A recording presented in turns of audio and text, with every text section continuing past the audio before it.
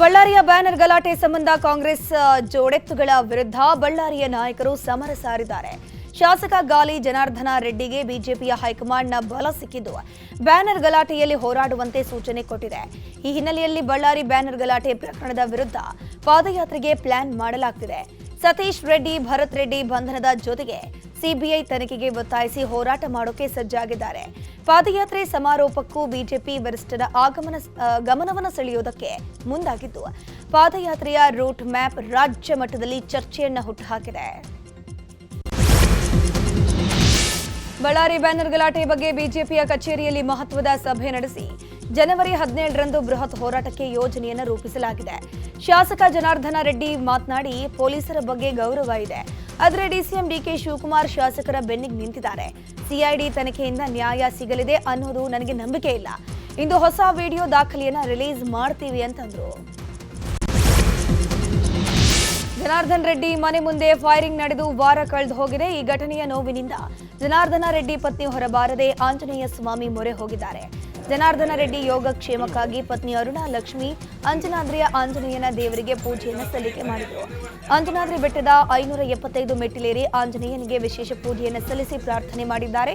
ನಂತರ ಮಾತನಾಡಿದ ಅವರು, ಗೂಂಡಾಗಳನ್ನ ಕರ್ಕೊಂಡು ಬಂದು ದಾಳಿಯನ್ನ ಮಾಡಿದ್ದಾರೆ. ನಮಗೆ ಹನುಮ ದೇವರ ಆಶೀರ್ವಾದ ಇದೆ ಅಂತಂದ್ರು. ಸ್ಥಳೀಯ ಸಂಸ್ಥೆಗಳ ಚುನಾವಣೆಗೆ ಮಂಡ್ಯ ಜಿಲ್ಲಾ ನಾಯಕರ ಮೈತ್ರಿ ಅಪಸ್ವರದ ನಡುವೆ ಇಂದು ವಿಧಾನಸಭೆ ವಿರೋಧ ಪಕ್ಷದ ನಾಯಕ ಆರ್ ಅಶೋಕ್ ಮಂಡ್ಯ ಜಿಲ್ಲೆಯ ಪ್ರವಾಸವನ್ನು ಕೈಗೊಳ್ಳುತ್ತಿದ್ದಾರೆ. ಮಂಡ್ಯಕ್ಕೆ ಭೇಟಿ ನೀಡಿ ಸ್ಥಳೀಯ ನಾಯಕರ ಜೊತೆ ಸಭೆ ನಡೆಸಿ ಆನಂತರ ಮೈಸೂರಿನಲ್ಲಿ ಕೇಂದ್ರ ಸಚಿವ ವಿಜಿ ರಾಮ್ಜಿ ಯೋಜನೆ ಕುರಿತು ಸುದ್ದಿಗೋಷ್ಠಿ ನಡೆಸೋದರ ಮೂಲಕ ಕಾಂಗ್ರೆಸ್ ನಾಯಕರ ಹೋರಾಟಕ್ಕೂ ಕೌಂಟರ್ ಕೊಡೋಕೆ ಮುಂದಾಗಿದ್ದಾರೆ. ಪಶ್ಚಿಮ ಘಟ್ಟಗಳ ನದಿಗಳ ಜೋಡಣೆ ಯೋಜನೆಯನ್ನ ಸ್ಥಗಿತಗೊಳಿಸಬೇಕು ಅನ್ನೋ ಆಗ್ರಹ ಉತ್ತರ ಕನ್ನಡ ಜಿಲ್ಲೆಯಲ್ಲಿ ಕೇಳಿ ಬರ್ತಾ ಇದೆ. ಇದರ ಭಾಗವಾಗಿ ಇಂದು ಬೃಹತ್ ಪ್ರಮಾಣದಲ್ಲಿ ಪ್ರತಿಭಟನೆ ಸಭೆ ಹಮ್ಮಿಕೊಳ್ಳಲಾಗಿದೆ. ಸ್ವರ್ಣವಲ್ಲಿ ಶ್ರೀಗಳ ನೇತೃತ್ವದಲ್ಲಿ ಸಭೆ ನಡೆಯಲಿದೆ. ಪಶ್ಚಿಮ ಘಟ್ಟದ ಪರಿಸರ ನಮ್ಮ ಬದುಕನ್ನು ಉಳಿಸಿಕೊಳ್ಳುವ ಈ ಹೋರಾಟದಲ್ಲಿ ಎಲ್ಲರೂ ಕೈ ಜೋಡಿಸಬೇಕು ಅಂತ ಬೇಡ್ತಿ ಅಘನಾಶಿನಿ ಕೊಳ್ಳ ಸಂರಕ್ಷಣಾ ಸಮಿತಿಯ ಪದಾಧಿಕಾರಿಗಳು ಮನವಿಯನ್ನು ಮಾಡಿಕೊಂಡರು. ಇನ್ನೊಂದು ಕಡೆ ಇಂದು ನಡೆಯುವ ಪ್ರತಿಭಟನೆಗೆ ವ್ಯಾಪಕ ಬೆಂಬಲ ಕೂಡ ವ್ಯಕ್ತವಾಗಿದೆ. ಸಾವಿರಾರು ಸಂಖ್ಯೆಯಲ್ಲಿ ಜನರು, ವಿವಿಧ ಮಠಾಧೀಶರು, ಗಣ್ಯರು ಪ್ರತಿಭಟನೆಯಲ್ಲಿ ಭಾಗಿಯಾಗಲಿದ್ದಾರೆ.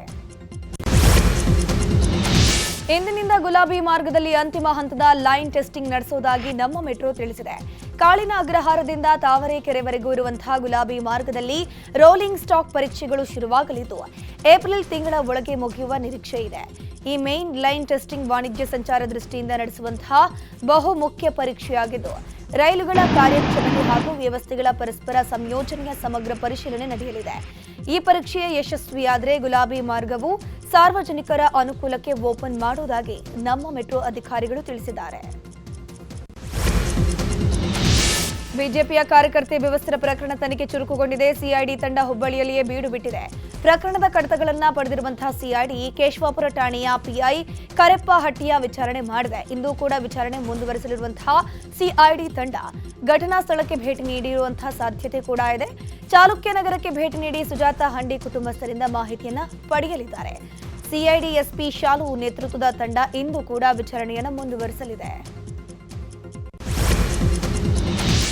ಮಂಗಳೂರಿನಲ್ಲಿ ಸಿಎಂ ಸಿದ್ದರಾಮಯ್ಯ ಅವರನ್ನ ಕಾಸರಗೋಡು ಕನ್ನಡಿಗರು ಭೇಟಿ ಮಾಡಿದ್ದಾರೆ. ಕೇರಳ ಸರ್ಕಾರ ತರುತ್ತಿರುವಂತಹ ಮಲಯಾಳಂ ಭಾಷಾ ಮಸೂದೆಯಿಂದ ಕಾಸರಗೋಡನ್ನ ಹೊರಗೆ ಇಡುವಂತೆ ಒತ್ತಾಯ ಮಾಡಬೇಕು. ಇದಕ್ಕಾಗಿ ರಾಷ್ಟ್ರಪತಿ ಭೇಟಿಗೆ ನಿಯೋಗ ಕರೆದೊಯ್ಯುವಂತೆ ಕರ್ನಾಟಕ ಗಡಿ ಪ್ರದೇಶ ಅಭಿವೃದ್ಧಿ ಪ್ರಾಧಿಕಾರದ ಪ್ರಮುಖರು ಸಿಎಂ ಸಿದ್ದರಾಮಯ್ಯನವರಿಗೆ ಮನವಿಯನ್ನು ಮಾಡಿಕೊಂಡರು. ಮನವಿ ಸ್ವೀಕರಿಸಿದ ಸಿಎಂ ಆಯ್ತು ಮಾತಾಡೋಣ ಅಂತ ಭರವಸೆಯನ್ನು ಕೂಡ ಕೊಟ್ಟಿದ್ದಾರೆ. ಇನ್ನು ಕೇರಳದಲ್ಲಿ ಕನ್ನಡ ಮಾಧ್ಯಮದಲ್ಲೂ ಕೂಡ ಮಲಯಾಳಂ ಭಾಷೆ ಹೇರಿಕೆ ಬಗ್ಗೆ ಸಿಎಂ ಸಿದ್ದರಾಮಯ್ಯ ಪ್ರತಿಕ್ರಿಯಿಸಿದ್ದಾರೆ. ಭಾಷೆ ಅಲ್ಪಸಂಖ್ಯಾತರ ಮೇಲೆ ಬಲವಂತವಾಗಿ ಹೇರಿಕೆ ಮಾಡ್ತಿದ್ದಾರೆ. ಬೇರೆ ಮಾತೃಭಾಷೆ ಮಾತನಾಡೋರಿಗೆ ಮಲಯಾಳಂ ಅನ್ನೇ ಕಲಿಬೇಕು ಅನ್ನೋ ಹಾಗಕ್ಕಾಗಲ್ಲ ಅಂತ ಕಿಡಿಕಾರಿದ್ರು. ಮೈನಾರಿಟಿ ಪೀಪಲ್ ಅಲ್ಪಸಂಖ್ಯಾತರಿದ್ದಾರೆ, ಭಾಷಾ ಅಲ್ಪಸಂಖ್ಯಾತರು ಅವ್ರ ಮೇಲೆ ಬಲಾತ್ಕಾರವಾಗಿ ಏರ್ತಕ್ಕಂಥ ಪ್ರಯತ್ನವನ್ನ ಮಾಡ್ತಾ ಇದ್ದಾರೆ. ಅವರು ಹಂಗೆ ಮಾಡಕ್ ಬರಲ್ಲ ಅವ್ರಿಗೆ. And they have no right. ಆ ಥರ ಎಲ್ಲ ಈಗ ಒಂದು ಭಾಷೆ ಮಾತೃಭಾಷೆ ಮಾತನಾಡ್ತಕ್ಕಂಥವ್ರಿಗೆ ಅವರು ಇಲ್ಲ ಫಸ್ಟ್ ಲ್ಯಾಂಗ್ವೇಜ್ ಆಗಿ ಮಲಯಾಳಮನ್ನೇ ಕಲಿಬೇಕು ಅಂತ ಹೇಳ್ತಕ್ಕಂಥ ಅದು ಸರಿಯಾದಲ್ಲ. ಅದಕ್ಕೋಸ್ಕರ ಪತ್ರ ಬರಬೇಕು. ಈ ವೇಳೆ ರಾಜ್ಯಪಾಲರು ಅದಕ್ಕೆ ಸಹಿ ಹಾಕಿ ಕಾನೂನಾದರೆ ನಾವು ಹೋರಾಟ ಮಾಡಬೇಕಾದಂಥ ಪರಿಸ್ಥಿತಿ ಇದೆ. ಮತ್ತು ಕೇಂದ್ರ ಸರ್ಕಾರಕ್ಕೆ ಮತ್ತು ಇದಕ್ಕೆ ರಾಷ್ಟ್ರಪತಿಗಳಿಗೂ ಕೂಡ ಮನವಿ ಮಾಡ್ತಕ್ಕಂಥ ಪ್ರಯತ್ನವನ್ನು ಮಾಡಿ. ಮಂಗಳೂರಿನಲ್ಲಿ ಪ್ರವಾಸೋದ್ಯಮ ಸಮಾವೇಶ ಸಮಾರೋಪ ಕಾರ್ಯಕ್ರಮದಲ್ಲಿ ಸಿಎಂ ಸಿದ್ದರಾಮಯ್ಯ ಹಾಗೂ ಡಿಸಿಎಂ ಡಿಕೆ ಶಿವಕುಮಾರ್ ನಿನ್ನೆ ಭಾಗಿಯಾಗಿದ್ದರು. ಖಾಸಗಿ ಹೋಟೆಲ್ನಲ್ಲಿ ನಡೆದ ಸಮಾವೇಶದಲ್ಲಿ ಮಾತನಾಡಿರೋ ಡಿಸಿಎಂ, ಕ್ಯಾಬಿನೆಟ್ನಲ್ಲಿ ಕರಾವಳಿ ಪ್ರವಾಸೋದ್ಯಮದ ಕುರಿತು ಚರ್ಚೆ ಮಾಡಿದ್ದೀವಿ. ಪ್ರವಾಸೋದ್ಯಮ ನೀತಿಗೆ ಹೆಚ್ಚುವರಿಯಾಗಿ ಏನು ಅಳವಡಿಸಬೇಕು ಅನ್ನೋ ಕುರಿತು ಸಭೆ ನಡೆಸಿದ್ದೀವಿ ಅಂತಂದರು. ಮಂಗಳೂರಿನ ನರಿಂಗಾನ ಲವಕುಶ ಜೋಡು ಕೆರೆ ಕಂಬಳವನ್ನು ಡಿಸಿಎಂ ಡಿಕೆ ಶಿವಕುಮಾರ್ ಉದ್ಘಾಟನೆ ಮಾಡಿದ್ದಾರೆ. ಡಿಕೆಶಿ ವೇದಿಕೆಗೆ ಆಗಮಿಸುತ್ತಿದ್ದಂತೆ ಅಭಿಮಾನಿಗಳು ಜೈಕಾರ ಕೂಗಿದ್ರು. ಕೆಲ ಹೊತ್ತು ಡಿಸಿಎಂ ಡಿಕೆಶಿ ಎದುರು ತಾಲೀಮು ಪ್ರದರ್ಶನ ಮಾಡಿದ್ದು. ಸ್ಪೀಕರ್ ಯುಟಿ ಖಾದರ್, ಸಚಿವೆ ಲಕ್ಷ್ಮೀ ಹೆಬ್ಬಾಳ್ಕರ್, ದಿನೇಶ್ ಗುಂಡೂರಾವ್, ಒಡಿಯೂರು ಸಂಸ್ಥಾನದ ಗುರು ದೇವಾನಂದ ಸ್ವಾಮೀಜಿ ಸೇರಿದಂತೆ ಹಲವು ಗಣ್ಯರು ಉಪಸ್ಥಿತರಿದ್ದರು. ಕಾಂಗ್ರೆಸ್ ಮತ್ತು ಜೆಡಿಎಸ್ ನಡುವೆ ಎಕ್ಸ್ನಲ್ಲಿ ವಾರ್ ಮುಂದುವರೆದಿದೆ. ಸಿಡಿ ಲೇಡಿ ಆಡಿಯೋ ಬಿಡುಗಡೆ ಮೂಲಕ ಜೆಡಿಎಸ್ ಕೌಂಟರ್ ಅನ್ನು ಕೊಟ್ಟಿದೆ. ಡಿಸಿಎಂ ಡಿಕೆಶಿ ಹೆಸರನ್ನ ಹೇಳಿದ ಸಿಡಿ ಲೇಡಿ ಆಡಿಯೋ ಬಿಡುಗಡೆ ಮಾಡಿದ್ದಾರೆ. ಈ ರೀತಿ ಮಹಿಳೆಯರನ್ನ ಬಳಸಿಕೊಂಡು ವಿಡಿಯೋ ಮಾಡುವ ಇಂಥವರಿಗೆ ಸಮಾಜದಲ್ಲಿ ಏನು ಅಂತ ಕರಿಬೇಕು ಅಂತ ತಿರುಗೇಟನ್ನು ಕೊಟ್ಟಿದ್ದಾರೆ. ಇನ್ನು ಕೇಂದ್ರ ಸಚಿವ ಎಚ್ ಡಿ ಕುಮಾರಸ್ವಾಮಿ ವಿರುದ್ಧ ಕಾಂಗ್ರೆಸ್ ಸರಣಿ ಕೌಂಟರ್ ಅನ್ನು ಕೊಟ್ಟಿದೆ. ಎಕ್ಸ್ನಲ್ಲಿ ಹಿಂದಿನ ಫೋನ್ ಟ್ಯಾಪಿಂಗ್ ಪ್ರಕರಣದ ಮೂಲಕ ಕಿಡಿಕಾರಿದೆ. ಹ್ಯಾಟ್ರಿಕ್ ಸೋಲ್ನಿಂದ ನಿರಾಶ್ರಿತರಾಗಿರುವಂತಹ ಪುತ್ರನಿಗೆ ಕ್ಷೇತ್ರ ಕಲ್ಪಿಸೋಕೆ ಅಣ್ಣನ ಮಗನ ರಾಜಕೀಯಕ್ಕೆ ಸಮಾಧಿ ಕಟ್ಟಿದ ಕುಮಾರಸ್ವಾಮಿಯ ಕಥೆಯನ್ನ ಜನರೇ ಸಾರಿ ಹೇಳ್ತಿದ್ದಾರೆ. ಪೆನ್ ಡ್ರೈವ್ ಪಂಟರು ಕುಮಾರಸ್ವಾಮಿ ಅವರೇ ಅಂತ ಕೌಂಟರ್ ಕೊಟ್ಟಿದ್ದಾರೆ.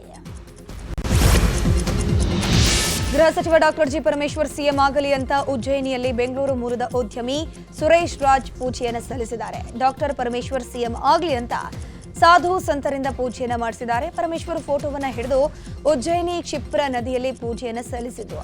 ಮಾರ್ಚ್ ವೇಳೆಗೆ ಪರಮೇಶ್ವರ್ ಸಿಎಂ ಆಗ್ತಾರೆ ಎನ್ನುವ ಭರವಸೆಯನ್ನ ಸಾಧುಗಳು ಕೊಟ್ಟಿದ್ದಾರಂತೆ. ನಾಯಕತ್ವ ಬದಲಾವಣೆ ಚರ್ಚೆ ನಡುವೆ ರಾಜ್ಯದಿಂದ ದೂರ ಉಳಿದಿದ್ದ ರಾಜ್ಯ ಕಾಂಗ್ರೆಸ್ ಉಸ್ತುವಾರಿ ಸುರ್ಜೇವಾಲಾ ಕೊನೆಗೂ ರಾಜ್ಯಕ್ಕೆ ಭೇಟಿಯನ್ನು ನೀಡಲಿದ್ದಾರೆ. ಜನವರಿ 13ರಂದು ಸುರ್ಜೇವಾಲಾ ರಾಜ್ಯಕ್ಕೆ ಭೇಟಿ ನೀಡ್ತಾ ಇದ್ದಾರಂತೆ. ಲೋಕಸಭಾ ಅಧಿವೇಶನಕ್ಕೂ ಮುನ್ನ ಬಂದು ಹೋಗಿದ್ದಂತಹ ಸುರ್ಜೇವಾಲಾ ಆ ಬಳಿಕ ರಾಜ್ಯಕ್ಕೆ ಬಂದಿರಲಿಲ್ಲ. ಇದೀಗ ಮತ್ತೆ ರಾಜ್ಯ ಕಾಂಗ್ರೆಸ್ನ ಪರಿಸ್ಥಿತಿ ಅವಲೋಕಿಸೋಕೆ ಸುರ್ಜೇವಾಲಾ ಮುಂದಾಗಿದ್ದಾರೆ.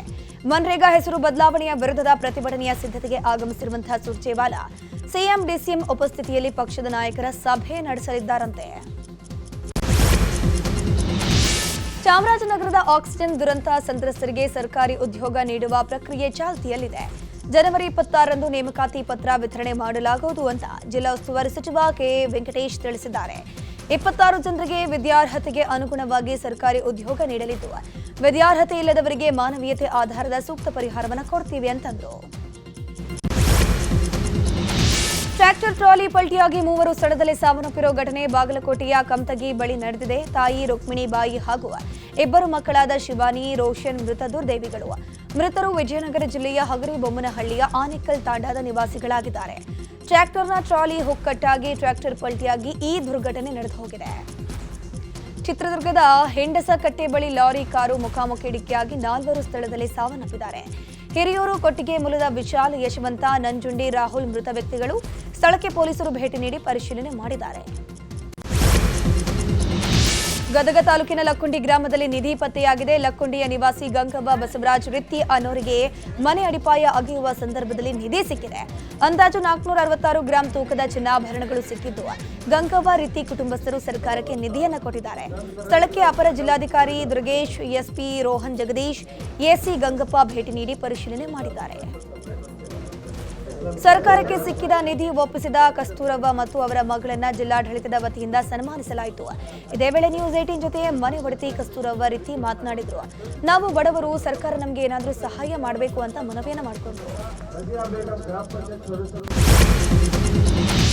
ಜೆಡಿಎಸ್ನ ನಾಯಕಿಯ ಪುತ್ರನ ಕಿರುಕುಳಕ್ಕೆ ಯುವತಿ ಆತ್ಮಹತ್ಯೆ ಮಾಡಿಕೊಂಡಿರೋ ಆರೋಪ ಕೇಳಿ ಬರ್ತಾ ಇದೆ.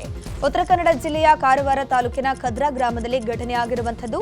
20 ವರ್ಷದ ರಿಶಿಯಲಾ ಡಿಸೋಜಾ ಮನೆಯಲ್ಲಿ ನೇಣಿಗೆ ಶರಣಾಗಿದ್ದಾಳೆ.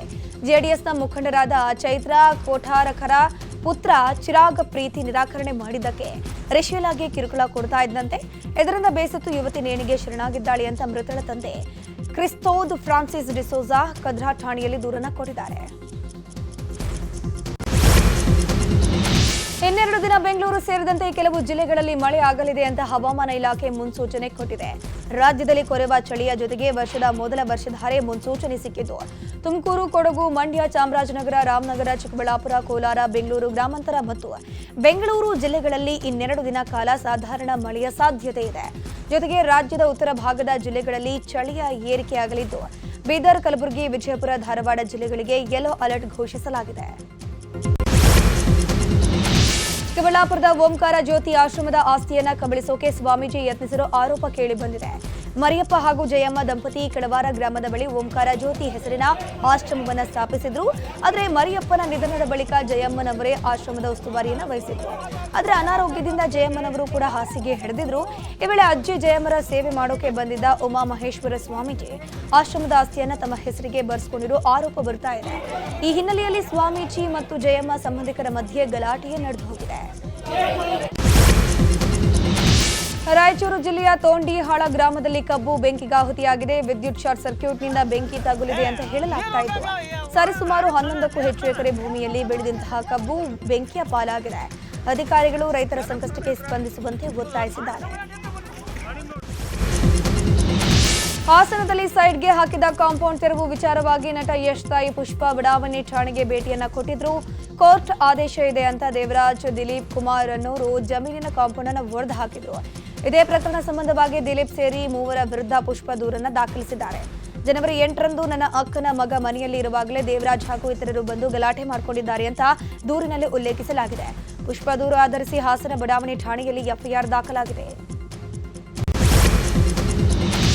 ಬೆಂಗಳೂರಿನಲ್ಲಿ ವೀಲಿಂಗ್ ಪುಂಡರ ಹಾವಳಿ ಹೆಚ್ಚಳವಾಗಿದೆ. 2 ದಿನಗಳ ಹಿಂದೆ ಸರಂಜನ್ ದಾಸ್ ರಸ್ತೆಯಲ್ಲಿ ಭಾಸ್ಕರ್ ಎಂಬಾತ ವೀಲಿಂಗ್ ಮಾಡಿ ಹುಚ್ಚಾಟವನ್ನು ಮೆರೆದಿದ್ದ. ಈ ವೇಳೆ ಗಸ್ತಿನಲ್ಲಿದ್ದ ಪೊಲೀಸರ ಕೈಗೆ ಸಿಕ್ಕಿಬಿದ್ದಿದ್ದು ಮೊಬೈಲ್ ಪರಿಶೀಲನೆ ಮಾಡಿದಾಗ ಅನೇಕ ವಿಡಿಯೋಗಳು ಪತ್ತೆಯಾಗಿದೆ. ಹೀಗಾಗಿ ಭಾಸ್ಕರ್ ವಿರುದ್ಧ ಎಫ್ಐಆರ್ ದಾಖಲಿಸಿ ಬೈಕನ್ನು ಸೀಸ್ ಮಾಡಿದ್ದಾರೆ.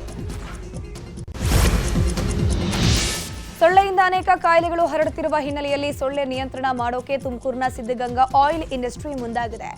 ಸಾವಯವ ದ್ರಾವಣವನ್ನ ಕೇಂದ್ರ ಸಚಿವ ವಿ ಸೋಮಣ್ಣ ಹಾಗೂ ಸಿದ್ಧಗಂಗಾ ಮಠಾಧ್ಯಕ್ಷ ಸಿದ್ದಲಿಂಗ ಸ್ವಾಮೀಜಿ ಲೋಕಾರ್ಪಣೆ ಮಾಡಿದರು. ಈ ವೇಳೆ ಮಾತನಾಡಿದ ಕಂಪನಿಯ ವ್ಯವಸ್ಥಾಪಕ ನಿರ್ದೇಶಕರು, ಸೊಳ್ಳೆ ನಿರ್ಮೂಲನೆ ಮೂಲಕ ನಮ್ಮ ಸುತ್ತಲಿನ ಪರಿಸರ ಸ್ವಚ್ಛವಾಗಿಟ್ಟುಕೊಂಡು ಜನರ ಆರೋಗ್ಯವನ್ನು ಕಾಪಾಡೋಕೆ ಸಾಧ್ಯ. ಸೊಳ್ಳೆಗಳ ಸಂತಾನೋತ್ಪತ್ತಿ ಆಗದಂತೆ ಕ್ರಮ ವಹಿಸಬೇಕಾದ ಅಗತ್ಯವಿದೆ ಅಂತಂದ್ರು.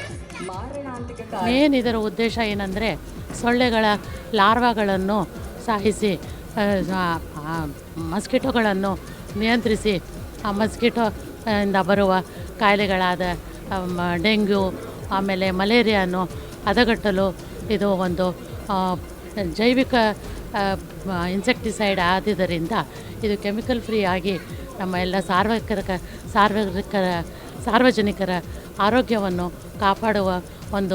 ಕಾಪಾಡಲು ಇದು ಒಂದು ನಾವು ಒಂದು ರಾಮಬಾಣ ಅಂತಲೇ ಹೇಳ್ಬೋದು. ಎಲ್ಲರ ಆರೋಗ್ಯವನ್ನು ಕಾಪಾಡಲು ಇದು ಒಂದು ದೊಡ್ಡ ಹೆಜ್ಜೆಯನ್ನು ನಾವು ಸಾಧಿಸಲು ಒಂದು ನಮಗೆ ಅವಕಾಶ ಸಿಕ್ಕಿದೆ. ಮೇನ್ ಇದರ ಗುಜರಾತ್ನ ಸೋಮನಾಥ ದೇವಸ್ಥಾನದ ಮೇಲಿನ ದಾಳಿಗೆ 1000 ವರ್ಷ ತುಂಬಿದ ಹಿನ್ನೆಲೆಯಲ್ಲಿ 4 ದಿನಗಳಿಂದ ಸ್ವಾಭಿಮಾನ ಪರ್ವ ಕಾರ್ಯಕ್ರಮ ನಡೆಯುತ್ತಾ ಇದೆ. ನಿನ್ನೆ ನಡೆದ ಓಂಕಾರ ಮಂತ್ರ ಪಠಣೆಯಲ್ಲಿ ಪ್ರಧಾನಿ ನರೇಂದ್ರ ಮೋದಿ ಭಾಗಿಯಾಗಿದ್ದರು. ಸೋಮನಾಥ ದೇವಸ್ಥಾನಕ್ಕೆ ಭೇಟಿ ನೀಡಿದ್ದ ಪ್ರಧಾನಿ ಮೋದಿ ವಿಶೇಷ ಪೂಜೆಯನ್ನು ಸಲ್ಲಿಸಿದರು. ಸೋಮನಾಥ ದೇವಸ್ಥಾನದ ಮೇಲಿನ ದಾಳಿ ಬಳಿಕ ಭಾರತದಲ್ಲಿ ಸಾಂಸ್ಕೃತಿಕ ಒಗ್ಗಟ್ಟನ್ನು ಹೆಚ್ಚಿಸಿತು ಅಂತ ಹೇಳಿದ್ದಾರೆ. ಇವತ್ತು ನಡೆಯಲಿರುವ ಸೋಮನಾಥ ಸ್ವಾಭಿಮಾನ ಪರ್ವ ಕಾರ್ಯಕ್ರಮದಲ್ಲಿ ಪ್ರಧಾನಿ ನರೇಂದ್ರ ಮೋದಿ ಭಾಗಿಯಾಗಲಿದ್ದಾರೆ. ವೆನೆಜುವೆಲಾ ವಿರುದ್ಧ ಡೊನಾಲ್ಡ್ ಟ್ರಂಪ್ ಸಮರ ಮುಂದುವರೆಸಿದ್ದಾರೆ. ವೆನೆಜುವೆಲಾದಿಂದ ಹೊರಟಿದ್ದ ತೈಲ ಟ್ಯಾಂಕರ್ ಒಂದನ್ನು ಅಮೆರಿಕ ಸೀಸ್ ಮಾಡಿದೆ. ಈ ಮೂಲಕ ಕಳೆದ 1 ವಾರದಲ್ಲಿ ವೆನೆಜುವೆಲಾದ 5ನೇ ಹಡಗುಗಳನ್ನು ಅಮೆರಿಕ ಸೀಸ್ ಮಾಡಿದೆ. ಈ ಬೆನ್ನಲ್ಲೇ ವಿಶ್ವಕ್ಕೆ ಸಂದೇಶ ರವಾನಿಸಿರುವ ಅಮೆರಿಕ ವೆನೆಜುವೆಲಾಕ್ಕೆ ಹೋಗುವ ಅಥವಾ ಅಲ್ಲಿಂದ ಬರುವ ಎಲ್ಲ ತೈಲ ತುಂಬಿದ ಹಡಗುಗಳನ್ನು ವಶಕ್ಕೆ ಪಡೆಯಲಾಗುತ್ತೆ ಅಂತ ವಿಶ್ವದ ಎಲ್ಲ ರಾಷ್ಟ್ರಗಳಿಗೆ ಸೂಚನೆಯನ್ನು ಕೊಟ್ಟಿದೆ. ರಾಜಸ್ಥಾನದ ಜೈಪುರದಲ್ಲಿ ಭೀಕರ ಹಿಟ್ ಅಂಡ್ ರನ್ ಕಾರು ಅಪಘಾತ ಸಂಭವಿಸಿದೆ. ಈ ದುರಂತದಲ್ಲಿ ಒಬ್ಬರು ಮೃತಪಟ್ಟಿದ್ದು 16 ಜನರು ಗಾಯಗೊಂಡಿದ್ದಾರೆ. ಅಪಘಾತ ಎಸಗಿದ ಕಾರು ಚಾಲಕರನ್ನ ಬಂಧಿಸಿ ಕಾರನ್ನ ಪೊಲೀಸರು ವಶಕ್ಕೆ ಪಡೆದುಕೊಂಡಿದ್ದಾರೆ. ಭಾರತ ಮತ್ತು ನ್ಯೂಜಿಲೆಂಡ್ ನಡುವಿನ 3 ಪಂದ್ಯಗಳ ಏಕದಿನ ಸರಣಿ ಇಂದು ಆರಂಭ ಆಗಲಿದೆ. ಮೊದಲ ಪಂದ್ಯ ವಡೋದರಾದ ಬಿಸಿಎ ಸ್ಟೇಡಿಯಂನಲ್ಲಿ ನಡೆಯಲಿದೆ. ಸೌತ್ ಆಫ್ರಿಕಾ ವಿರುದ್ಧ ಅಬ್ಬರಿಸಿದ ವಿರಾಟ್ ಕೊಹ್ಲಿ ಈ ಸರಣಿಯಲ್ಲೂ ಅಬ್ಬರದ ಬ್ಯಾಟಿಂಗ್ ಪ್ರದರ್ಶನ ನೀಡೋ ನಿರೀಕ್ಷೆ ಇದೆ. ಇನ್ನು ಗಾಯದ ಸಮಸ್ಯೆಯಿಂದ ಚೇತರಿಸಿಕೊಂಡಿರುವಂತಹ ಶ್ರೇಯಸ್ ಅಯ್ಯರ್ ತಂಡಕ್ಕೆ ವಾಪಸ್ಸಾಗಿದ್ದಾರೆ.